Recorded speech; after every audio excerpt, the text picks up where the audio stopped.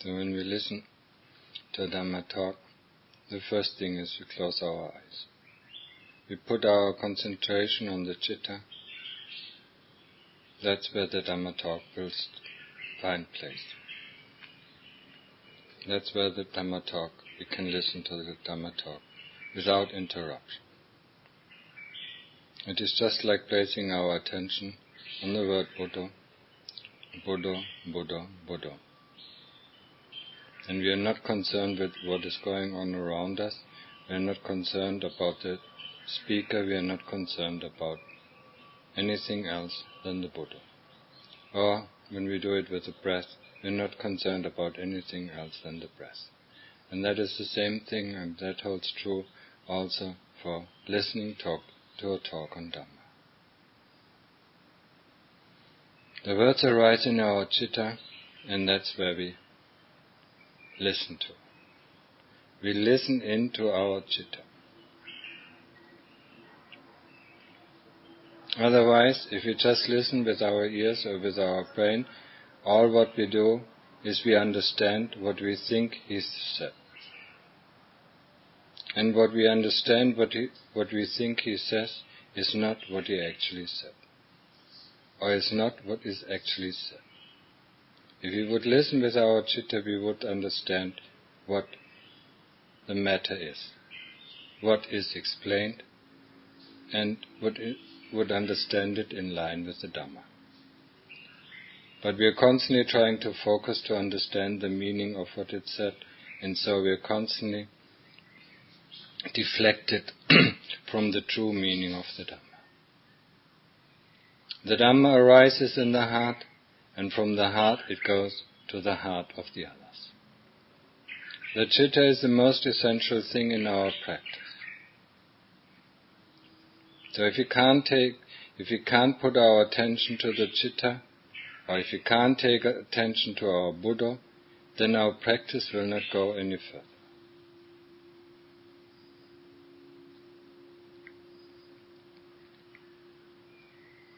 The citta is the spiritual center. It's a spiritual heart, and normally I use it, abbreviated just as heart.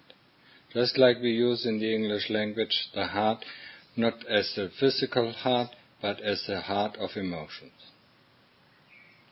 But the citta is not only the heart of emotion, but it's also the rational aspect of the heart. That's what we normally distinguish in the English language with brain, or ratio. Rational thinking. But it all finds place in one place. And if we put our attention to this one place, in the citta, and it is in the center of our chest.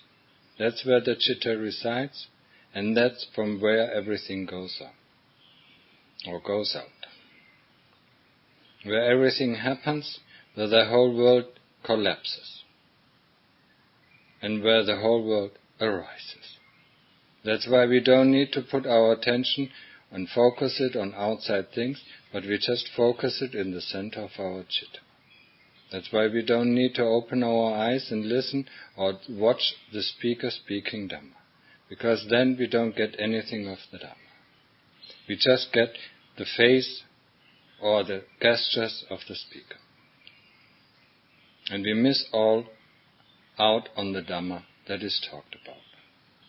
And that is the same thing if we listen and try to understand what the speaker says. We miss out on the Dhamma. We miss out on the essential things. And all what is left is our remembrance of what we think or what we thought we understood. And that has nothing or little to do with what has been actually said.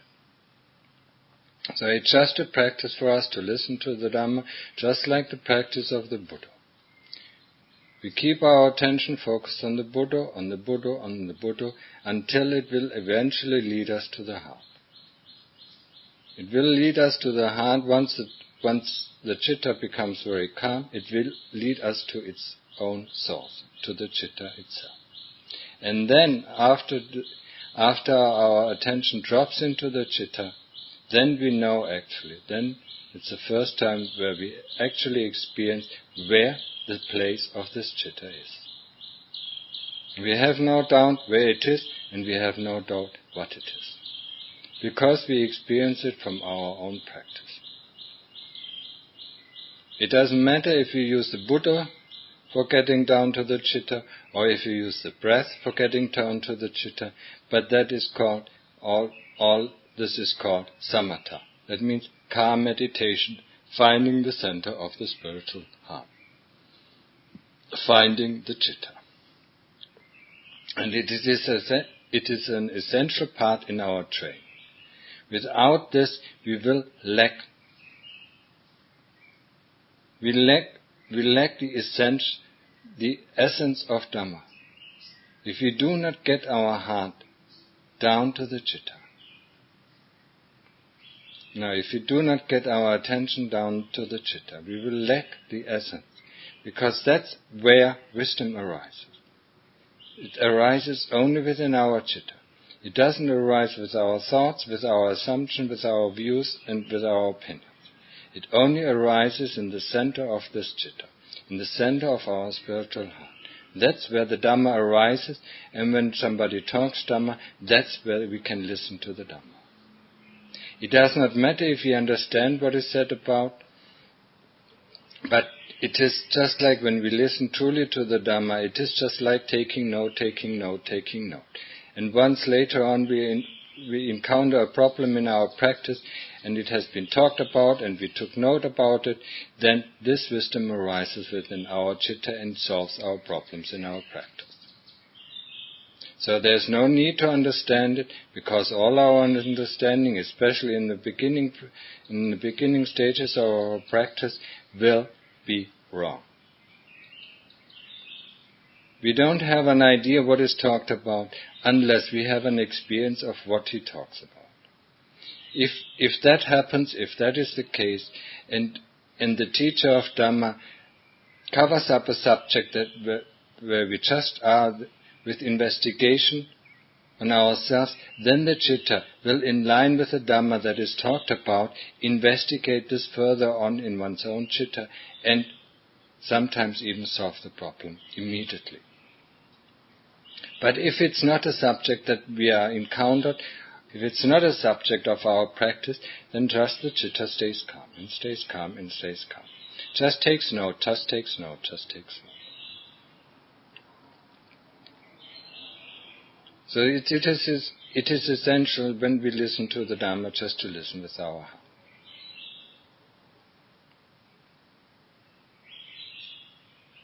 Otherwise, all what is said is just our understanding.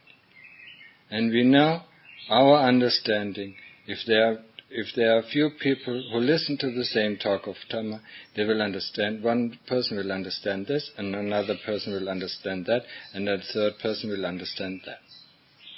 And their understanding is always different, because they didn't really listen to it. If they really listen to it, sometimes they don't even remember what was talked about. Only if the citta got involved in investigation in line with what is talked about. Samadhi is an essential thing in our practice. Without samadhi, we will have a hard time of finding our true citta. All what we will find is our thinking, our views, our opinion, our understanding. And that does not help. If it would help us to solve our problems, then we would not need to go through this kind of practice. Through the practice of training our mind, through the practice of centering our mind, focusing our mind on the very essence of things. The essence is the citta. The citta is the prime mover. From there out, the whole world arises or the whole world collapses. When we do our samadhi practice, and we do the Buddha, observe the breath, and the moment the Buddha becomes stable in our heart, it will drop into our heart, and then we just listen to the Buddha. And this is so amazing. It is so amazing just to listen to this word Buddha that is going on and repeat it in our heart that we forget everything. We don't know what is going on around us. We just listen to this beautiful chant of Buddha in our heart. Until we are drawn out, our attention is drawn back into the world, and then we realize that we still are sitting on what is going on around us. And if it drops completely, then even this Buddha disappears, and the whole world disappears, and our whole body disappears. Nothing can draw us back until our attention comes back to the world. Until our mindfulness or sati, is disrupted and it comes back into this world of senses. And then we actually have experienced the first wonder of meditation. The wonder of deep absorption. The wonder of the deep state of samadhi, or in other words, a preview of samadhi, a preview of nibbana.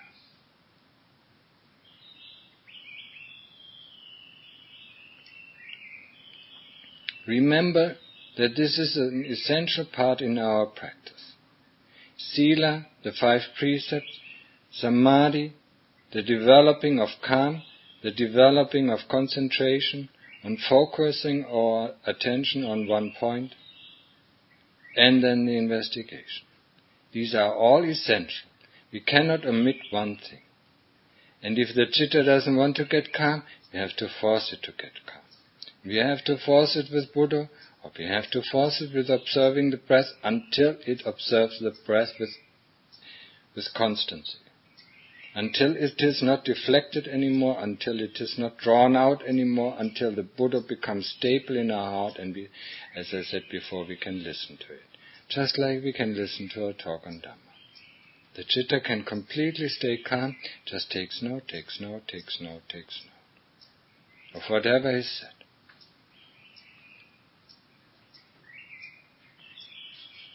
The same thing can happen when we are walking.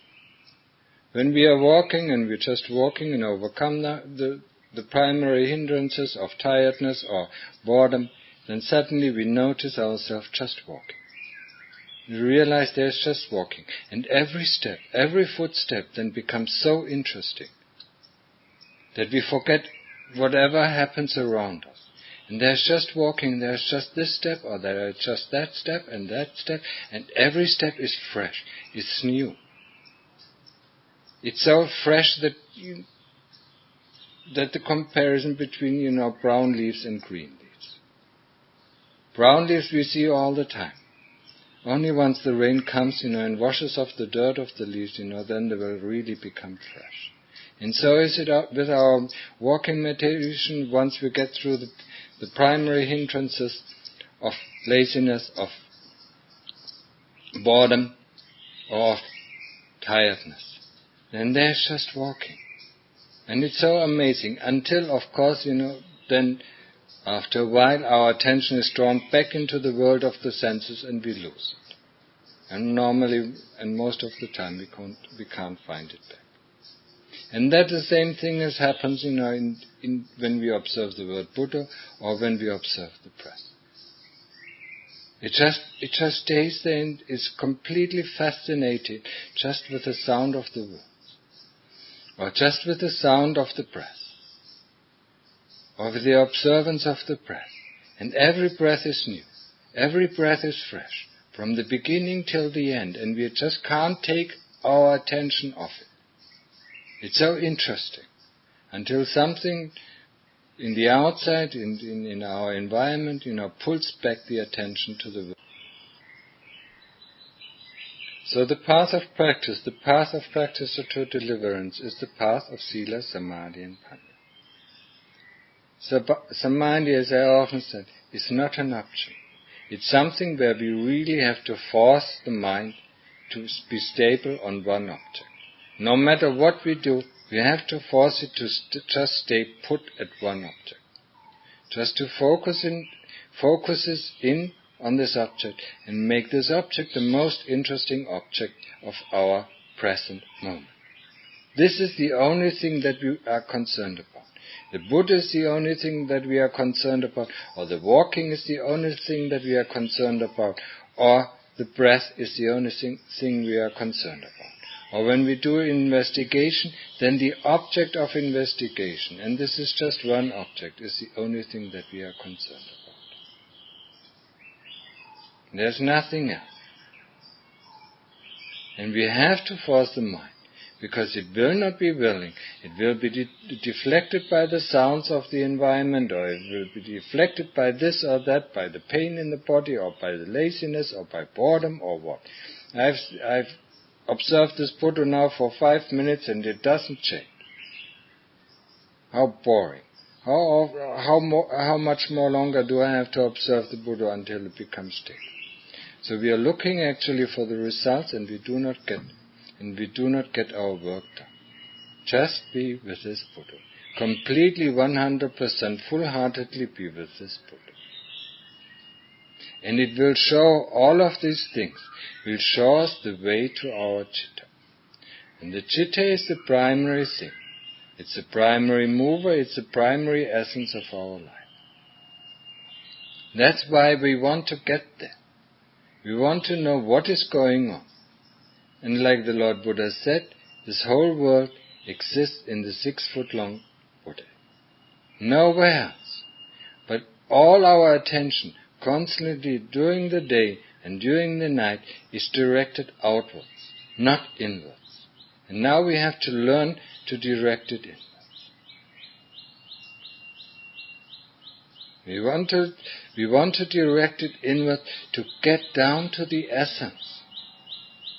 essence of what we call self, and see and investigate if there is such a thing as self, or if there are only the 5 khandhas.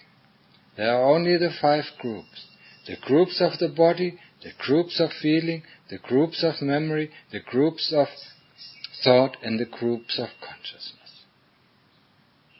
Because when we put our attention just on what is happening within our citta, then we just notice that there's just, okay, this is the group of body that just came into contact, this is the group of feeling that just came into contact, this is the group of memory that just came into contact, or this is the group of thought that came into contact, and that's it.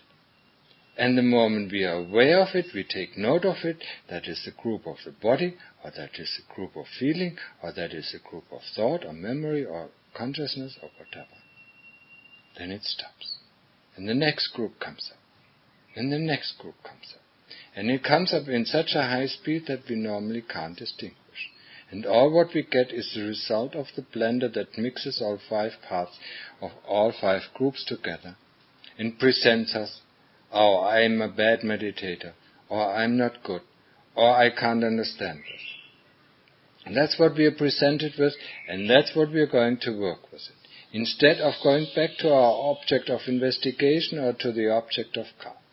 Now we are going to be deflected by the statement of the kilesas, by the statement of the mixer, of the blender of these 5 groups that it has so neatly and nicely and fastly put together and presents us, oh, I'm in pain. That is too much pain, I can't stand this pain anymore. Or I'm bored, this is not interesting.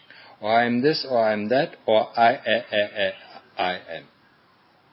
I. I cannot take this anymore, I can't trust it anymore, I can't get any further, I can't this, I can't that, I can do this, I prefer to do this, I. That's what we are constantly presented with, that's what we are constantly battling with, instead of putting our attention just on what is arising and what is ceasing. Putting our attention on all these things, and we notice the 3 characteristics of this universe: anicca, anatta, dukkha. Anicca, arising and ceasing, arising and ceasing, arising and ceasing. Feeling is arising and ceasing. Memory is arising and ceasing. Thoughts are arising and ceasing. So is the body. It is born, it will get sick, and it will get old, and then it will die. Just like a feeling, it comes into existence, it stays on for a while, and then it just disappears. It changes into another feeling, or it changes, a thought comes up. This thought arises, takes presence, and leaves. The memory arises, takes presence, and leaves. And that is all what is happening. Just a bubble bath full of soap bubbles. One bubble comes up, burst. The next bubble comes up, burst. The next bubble comes up, burst. And that is all what is arising. But that is not what we see. What we see is I am. I can, I cannot, I can't. I want, I don't want. This doesn't bring anything. What we see is doubt. This doesn't work out for me. This kind of practice is nothing for me. Doesn't help anymore. This teacher is no good. I'm going to look for another teacher. And so on, and so on. Instead of going back to the basics. And the basic are the 5 khandhas, nothing else. The basic is anicca, anatta, dukkha. Anatta, that's whatever comes into present. This is not me, that doesn't belong to me, that's not myself. That is the principle of anatta. A thought that arises, that is not me, that doesn't belong to me, that is not myself. An opinion that arises, that is not me, that doesn't belong to me, that is not myself. But because we are attached to all these things, we take everything that we hear, everything that we sense, everything that comes into the sense contacts, into our 6 senses, the senses of seeing, of hearing, of smelling, of touching, of tasting, and thinking. We take them for I, for mine, and this is myself. And that's where we are fooled up, and that's where we are attached to, this is my hearing. I hear this bird, I hear this, I hear that, I hear that. I feel this, I feel that, this is my feeling, I'm sick. What is sickness? We never question what is coming up. We just say, I, me, and that instantly comes dukkha. Dukkha, dissatisfaction, unsatisfactory, irritation, restlessness, or pain, or suffering. That is dukkha. And it constantly comes up. It immediately comes up the moment we are attached to. I feel like this. I think like this. Dukkha comes up. And just attached to the presence. It's we constantly accept the presence of the kilesas. And say, yes, that's me. And with the packet, with the parcel of that present comes dukkha. Dukkha, unsatisfaction is dissatisfaction, irritation, and so on. Pain and suffering. And we don't want this dukkha, but we want this present. We are fooled by the outside, and we don't see the inside. Just like sugar-coated poison. We see only the sugar. All what we taste when we take it into is the sweetness, and we don't see the poison that creates this dukkha, that creates this suffering, that creates this restlessness. All what we see is the sugar coat. Oh, that's sweet, that's nice, that's good, that's nice, that's not so good. And attached with it comes the poison. If we swallow the sugar, then we have to swallow the poison. If we do not take it, then we do not have to take on dukkha. If we are completely detached from these things, there is no dukkha. But we are attached to everything. We are attached to our body, we are attached to our feeling, this is my memory. We are attached to our thought, this is my thought, this is my opinion, and I'm right. And I'm right. And I'm definitely right. And the other person is wrong. I mean, that's where we wrong. That's where we go wrong in our practice. We can't say that. We just have to use our weapons of sati that sees it, I'm wrong, or he is wrong, and immediately said, that is not me, that is not myself, that doesn't belong to me. It's just a view, it's just an opinion, or it's just a thought. That is all. There is a thought. We do not accuse the cloud that comes into our, even if it's black, we do not accuse it. But the thought that comes into our observance, that we accuse, this is me, that is mine, that belongs to me. The rain that drops from the sky, we do not accuse it to be me or mine or I. It's not my rain, or it's not my sun, or it's not my moon. But the thoughts or the feelings or the memories, they are all I and mine. The body is I and mine. Certainly, it is I and mine.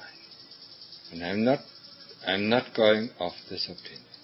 Whoever says something, it's still I and mine. It belongs to me. It's my bubble bath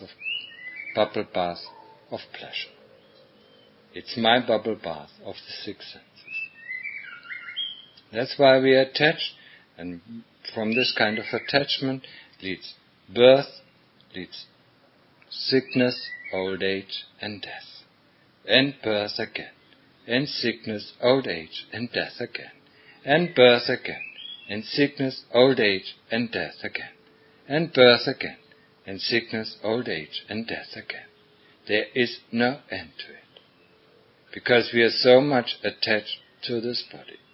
We are so much attached to the six senses that come with the body, so that we never even dare to take the assumption, this is not me, this doesn't belong to me, that's not myself. This is just given for a certain amount of time for my occupation. That would be a much better view. When we look at the 10 fetters that bind us to this realm of rebirth, of endless rebirth, it's not ending any time. If we do not make any effort, it's not going to end. As long as we walk the spiritual path, and we are not going to attack the 10 fetters that are binding us to the realm of rebirth with our samsara vata, the endless birth and death, will never stop. Will never stop. So if we are going then to do some investigation, the first thing we do put our attention on is this body. Then the next attention we put on is this body. And the third attention we put on is this body.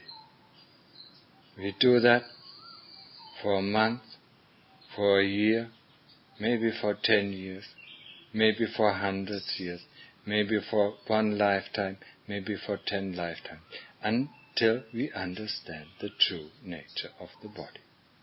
Body, body, body. What is body? The investigation of the body is very essential. It's very essential to our practice. So when we start this investigation with the body, what is body? Is the first question. What is the body? Is that what we see the body? That means the hair of the head, is that the body? The hair of the body, is that the body? The teeth, is that the body? The nails, is that the body? The skin, is that the body? What is body? The inside, the livers, the stomach, the intestines. Roll it out. See, is this the body? Are the intestines the body? Or is the stomach the body? Or is the mouth the body? Or is the eyes the body? Or is the ears the body? What is the body? Take something off. Cut off your hand. And is this feeling of the body still there? And you will see it's still there. So the hand cannot be the body. You put it back on, the body doesn't change. So what is the body? The body is a concept. What does the body consist of? So we have to undermine this concept of what is the body. Now, what is the essential part of the body?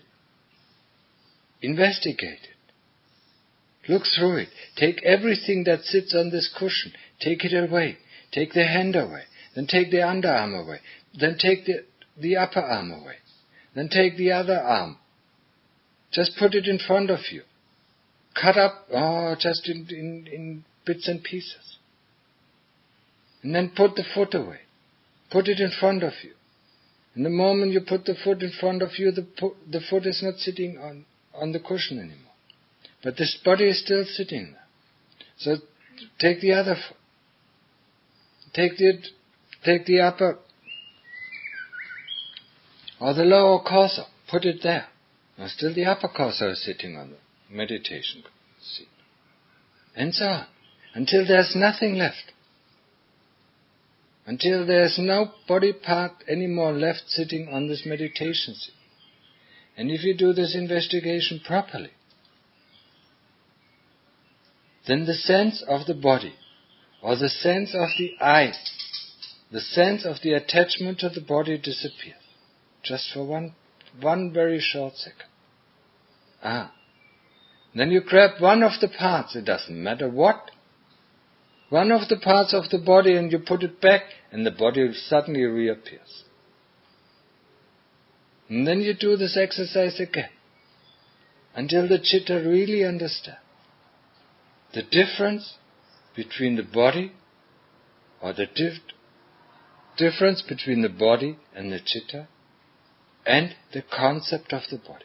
What is the body? What body part is actually the body? This example is given us by the Lord Buddha when he examined the cart and said, you just disassemble the cart, and where's the cart? There's no cart anymore. There are just planks, wheels, nuts, bolts. That's all. Where's the cart?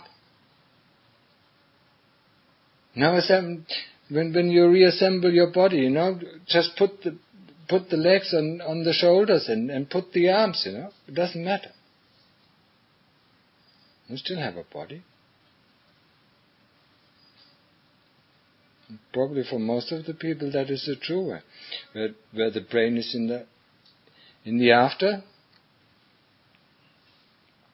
because they don't use their brain, to think properly. They just use it for their own pleasure. That's where they use the brain. For their views, opinions, to excite themselves. But not to think properly, not to investigate properly. So this kind of investigation actually does lead to the disassociation with the body. It's the first stage of the body contemplation. It doesn't matter how you do it. If you put it into bits and pieces, and these pieces are coarse or these pieces are fine, just put them out. You can put out any kind of toe, every kind of toe, all the toes and all the fingers, or you just put the hand and the foot, and then the leg, the lower leg and the upper leg, and slices of the torso, and so on and so on. Until you come to the head, and the brain. But what is the body? And what is still sitting there? Even if all the parts of the body are just in front of your eyes. When you do it like that, you see them. You really actually see them just as they're vivid in front of your eyes. You put your foot out and you see it in front of you. You put your hand out and you see it in front of you. And you see both of it, the foot and the hand. Until all the parts of the body are in front of you and not sitting anymore on this cushion. And then, for a moment, the sense of I disappears. And then you understand, and then the chitta understands, that the body and the chitta are two different things. And the chitta is that thing that we need to develop in our practice. Because it is the primary mover. That's why we have to get to the chitta. Whatever we do in our world, it is followed by patterns. It's dominated by our patterns of behavior. Now, if we are clever, we know the patterns of behavior of the low social class and the middle social class and the high social class. So in whatever class we are at, we feel comfortable because we know the rules and regulations. We are so clever in to identify all these rules and patterns of behavior so that we can feel wherever we are, we can feel at ease. The exception is if we come to a new country where we have to adjust. So we see for a while, we have to use our eyes, and then we see how we actually create these patterns of behavior. But these patterns of behavior have nothing to do with wisdom. These patterns of behavior is just a means to get by with ease. Not to start getting into conflict with other people or with another society or with a class, with a different class. When we start doing our meditation practice, we have to do away with this pattern. And that is a difficult thing, because we rely so much. And these patterns are so deep. They are very deep. They are from our birth, at least that's what we remember. They are from our birth up till to the age of now. We have followed patterns. In other words, we have followed if, then, else rules. If this occurs, then we have to do this. If that occurs, then we have to do that. If this occurs, then we have to do this, and so on, and so on, and so on. So if the condition is true, then we are going to jump to this subroutine, to this program. That's how we behave. When we are in high class, we sit, we look at the other people and look, until the chief is sitting down, and then we are going to take our seats. And we do not eat, before the head of the clan or whatever, or the head of the society, takes his first bite. We do not help ourselves to food. That are all the rules and regulations for behavior in the society. In the middle society, it really doesn't matter that much, and in the low society, there are hardly any patterns. But still there are. So we learn them all. From the beginning of our youth, trained by our parents, trained by the kindergarten, trained by primary school and secondary school and high school and university. So we are fit at that. Now we come to a place of training of the forest university that has nothing to do with this pattern. And then we will see ourselves falling constantly into error, because none of our patterns work. And then we get frustrated, and we get even more frustrated, because our teacher says, he's 30 and he wants to have a bottle of water, so we bring him the black bottle, and he scolds us. Then we bring him a white bottle, and he scolds us. And then we bring him a silver bottle, and he scolds us. And then we bring him a golden bottle, and it scolds us. And why does he scold us? Because we bring him, just different bottles. But none of these bottles contain the water that he needs. He's 30, doesn't matter what kind of bottle, as long as there is water in there. And that is the same thing with our forms, with our pattern of behavior. The pattern of behavior are just empty bottles. No matter what kind of empty bottle we bring, he will not be satisfied. And we don't understand this, and we get angry, and we get frustrated, and we leave. Because this is completely new to us. Patterns of behavior are not that what are expected of you. It's the contents. It's the water that is needed. But we are only good at creating these bottles, these different forms of behavior. And we can't even understand, we don't have even the slightest clue what he wants. We We don't even have the slightest clue what it is. We don't have the slightest clue what is really generosity. What is really gratitude? What is really respect? We only be able, to train the forms of generosity, or to train the forms of gratitude, or to train the forms of respect. We don't understand what it really means. Because we completely lost our connection to the heart. We completely lost our connection to the citta that would tell us what is correct and what is not correct.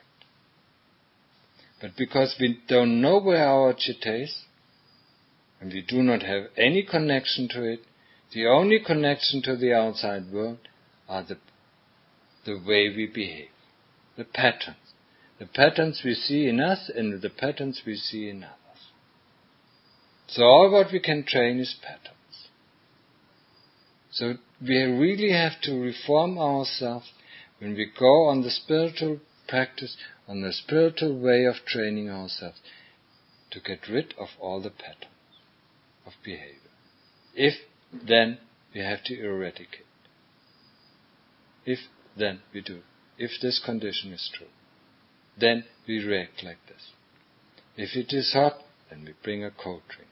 If it is cold, then we bring a hot drink. We have to get rid of this pattern and just observe what is happening, what is actually happening right now, at this very moment. And if we would just observe this very moment, then we would just know what is correct and what is not correct. That is the training of mindfulness.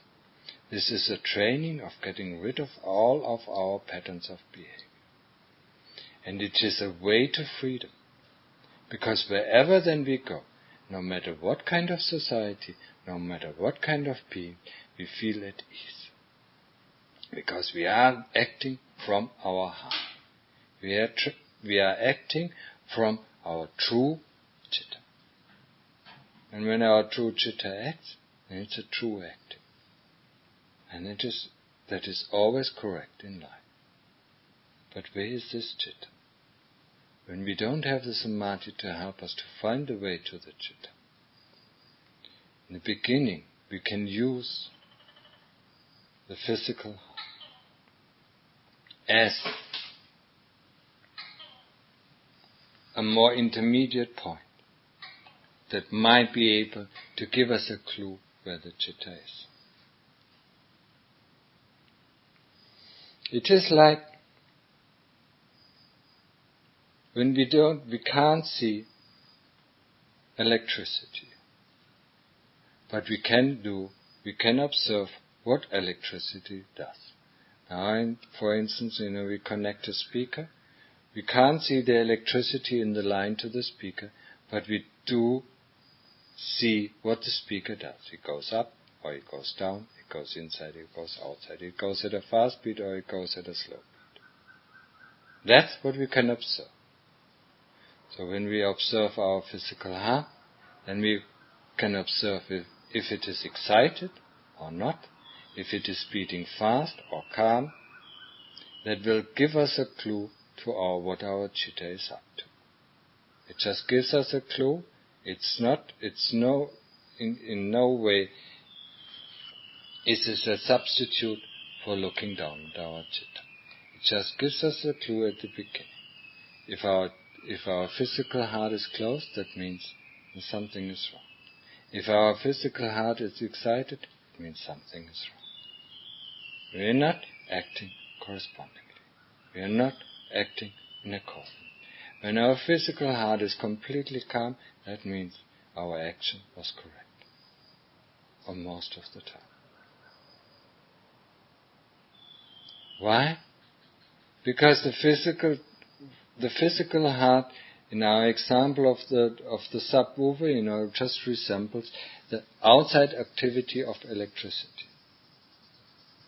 It doesn't give us the clue of what electricity is all about, but it just shows us a very simple thing. So is it with the citta. That is close, actually, very, very close. Sits very close to the physical heart. And through the physical heart, it steers all of the functions of the body.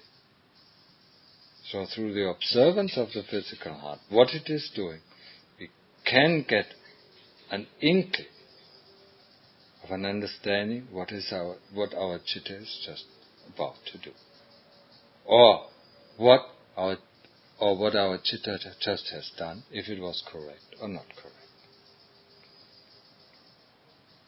But it's no substitute for our meditation of samadhi. It's no substitute for the training of the chitta to become calm. Because once the chitta is calm, the physical heart, you will notice the physical heart is also calm. Once the chitta is excited, the physical heart will be excited. Once the chitta is closed, the physical heart will be closed. Either it's in fear or it's in pain, it cannot take it anymore. It's all a resemblance of our chitta. So the Buddha or the breath will help us to get in touch, in connection to our chitta. If you cannot get in connection to our chitta, our practice will not bear fruits. It will just end on an intellectual understanding of the Dhamma. That's where it ends. It has not yet gone to any depth.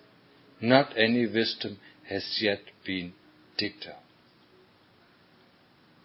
So this thing I really want you to understand very deeply, very closely, and put it to your heart and reflect upon it. I mentioned the investigation of the body, and I put it into your heart that you do it. It is one of the lower fetters. It is actually the third fetter that needs to be cut down to become a stream enterer. The first of the fetters is doubt. Doubt that there is heaven, doubt that there is hell, doubt that there are beings in heaven, doubt that there are beings in hell, doubt that there is karma, doubt that there is results of karma, doubt that when we do a good deed that will lead to a good result, and doubt that when we do a bad deed that will lead to a bad result. That is the first.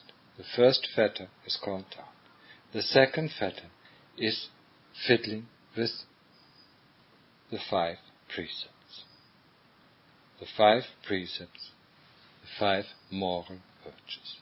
When we take them on, we just take them on. When we have no doubt, when the first fetter is cut down, we have no doubt about heaven and hell and karma.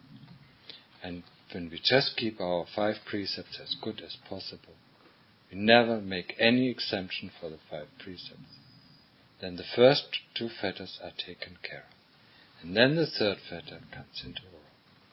The third fetter of investigation of body, that the body and the chitta are 2 different things. Once this understanding, as I explained very detailed, is taking place in our chitta.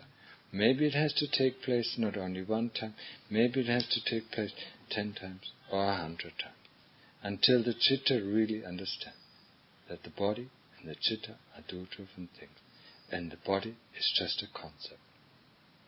That the body has nothing to do with the body parts. That none of the body parts resembles the body. And the body parts that just seem to work fine together, have nothing to do with the body and has nothing to do with the chitta. It's just like the chitta is using different tools to create certain things. Just like we have our toolbox. And whatever we create of it, that is. And that actually is what we think we are. And that is a wrong assumption, and we have to undermine this assumption. This is essential if you want to enter the stream. If you want to enter the stream and be sure of that one day we will reach Nibbana. If you do not enter the stream, there is no way out of the samsara. There is no way out of born and die and born and die. And not always we are born as human beings, but most of the time we go down to the lower realm, born as an animal, born as a hungry ghost, or born as a ghost, as a demon, or born as a being of the hell realms. I mean, just ask yourself, is that what you want? Is that what you really want? Is that what you're going after?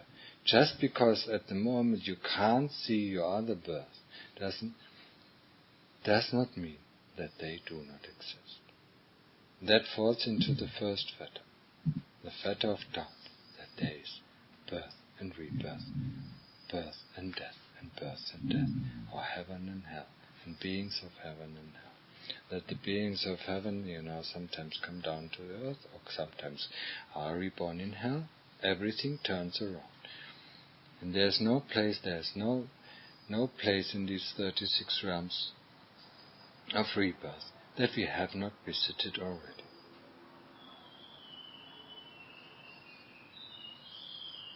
But what we have visited most is most probably the hell realms.